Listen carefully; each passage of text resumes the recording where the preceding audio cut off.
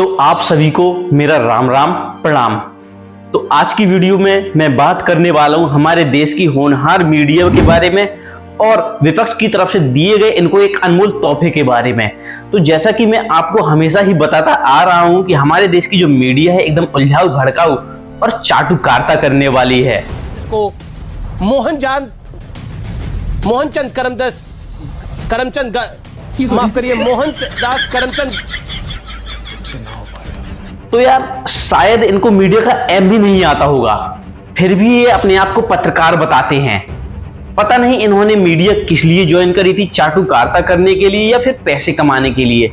यहीं अगर दूसरी तरफ मैं आपको कह दूं कि जो हमारे सीमा पर खड़े हुए जवान हैं, अगर वो भी कहीं पैसे कमाने के लिए कोई और नौकरी कर लेते या ये सोच बना लेते तो शायद हमारे देश की सेवा करने के लिए कोई भी एक भी जवान वहां सीमा पर खड़ा नहीं होता। मगर जवानों का हमारे देश पर समर्पित होना एक जुनून है, एक कठिन तपस्या है।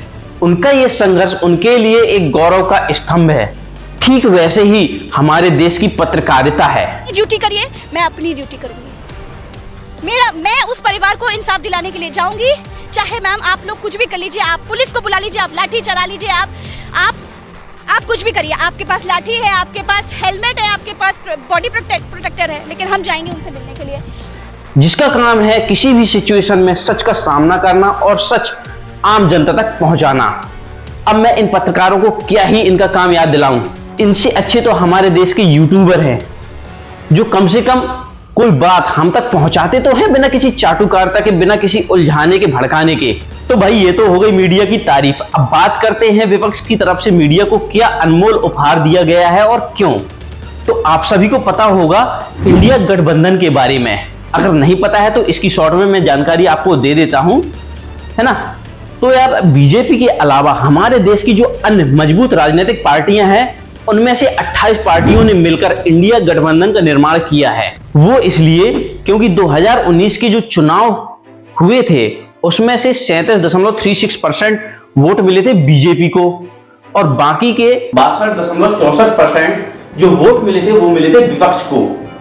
तो विपक्ष ने भाई यही सोचा कि अगर फिर से एक बार यही प्रक्रिया होती, यानी कि फिर से हमें लगभग 60% ही अगर वोट मिल जाता है विपक्ष को, तो हम अपनी गठबंधन की सरकार अपने देश में भारत में बना पाएंगे और बीजेपी की सरकार को गिरा पाएंगे। तो इस प्रकार से 28 राजनीतिक पार्टियों से मिलकर बना इंडिया गठबंधन, या कहूं मैं इसको महागठबंधन, है ना। तो इन्होंने भाई क्या किया यार, देखो मीडिया तो देखो बहुत अच्छी है ही हमारे देश की। तो इन्होंने सबसे पहले निशाना साधा मीडिया पर। तो इन्होंने अभी 13 सितंबर दिन बुधवार के दिन दिल्ली में हुई एक मीटिंग में एक लिस्ट जारी करी, वो भी 14 न्यूज एंकरों की, जिसमें से 10 टीवी चैनल वाले हैं और उनके 14 न्यूज एंकर। उनके खिलाफ एक लिस्ट जारी करी जिसमें बताया गया है कि हम इनके कोई भी प्रोग्राम में शामिल नहीं होंगे और ना ही इनके कोई भी प्रेस कॉन्फ्रेंस में जाएंगे, ना ही इनसे कोई बात करेंगे। तो भाई इसको कहते हैं इन पार्टियों के द्वारा इन न्यूज चैनल वालों का या इन न्यूज एंकरों का बाइकआउट करना। अब ये क्यों किया, ये फैसला इन्होंने क्यों लिया, इस पर बात करते हैं। तो ये फैसला इन्होंने इसलिए लिया कि इनको लगता है कि ये जो 14 न्यूज एंकर है ये सिर्फ बीजेपी के लिए एक एजेंट की तरह से काम करते हैं, एक स्लीपर सेल्स की तरह से काम करते हैं, जो बीजेपी की चाटुकारिता करते हैं और हमें उलझाते हैं। तो इनसे दूर रहना ही बेहतर है। और ये किस हद तक सही है ये अभी धीरे धीरे सारी चीजें पता चल जाएंगी, क्योंकि देखो जब कोई गलत होता है और उस पर निशाना साधा जाता है तो वो यार रिप्लाई जरूर करता है, और अगर कोई सही होता है तो यार कोई कुछ भी कहता है, उसे फर्क नहीं पड़ता। तो यहाँ 2 लोगों के रिप्लाई ऑलरेडी आ चुके हैं, मैं नाम नहीं लूंगा, लेकिन मैं आप उन 14 लोगों के नाम और कौन से टीवी चैनल हैं ये आपको जरूर बताऊंगा।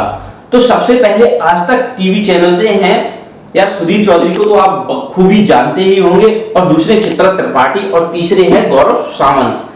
और नेटवर्क 18 से है अनीश देवगन, अमन चोपड़ा और आनंद नरसिम्हन। और भारत 24 से है रूबिका लियाकत, और रिपब्लिक टीवी से है अर्णब गोस्वामी, और टाइम नाउ से है सुशांत सिन्हा, टाइम्स नेटवर्क से है नविका, और डीडी न्यूज से है अशोक श्रीवास्तव, और भारत एक्सप्रेस से है अदिति त्यागी, और इंडिया टीवी से है प्राची पराशर और इंडिया टुडे से हैं शिव अरोड़ जी।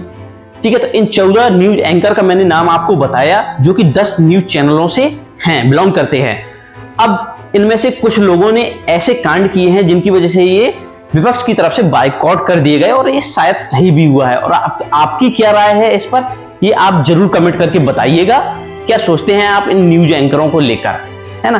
तो भाई अभी हाल में ही कर्नाटक सरकार के ऊपर एक ऐसी न्यूज प्रसारित कर दी भाई सुधीर चौधरी जी ने, यार उनने केस कर दिया, कर्नाटक सरकार ने इन पर केस कर दिया और ये अभी धर लिए जाएंगे 1-2 दिन में।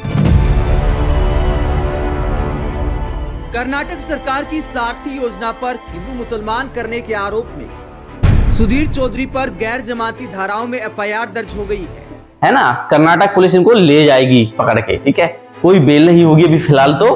बाकी देखते हैं क्या होता है और आपकी क्या राय है इस पर, ये आप कमेंट करके जरूर बताइएगा। और इस वीडियो को यही समाप्त करते हैं, मिलते हैं किसी और अन्य वीडियो में अगले टॉपिक पर।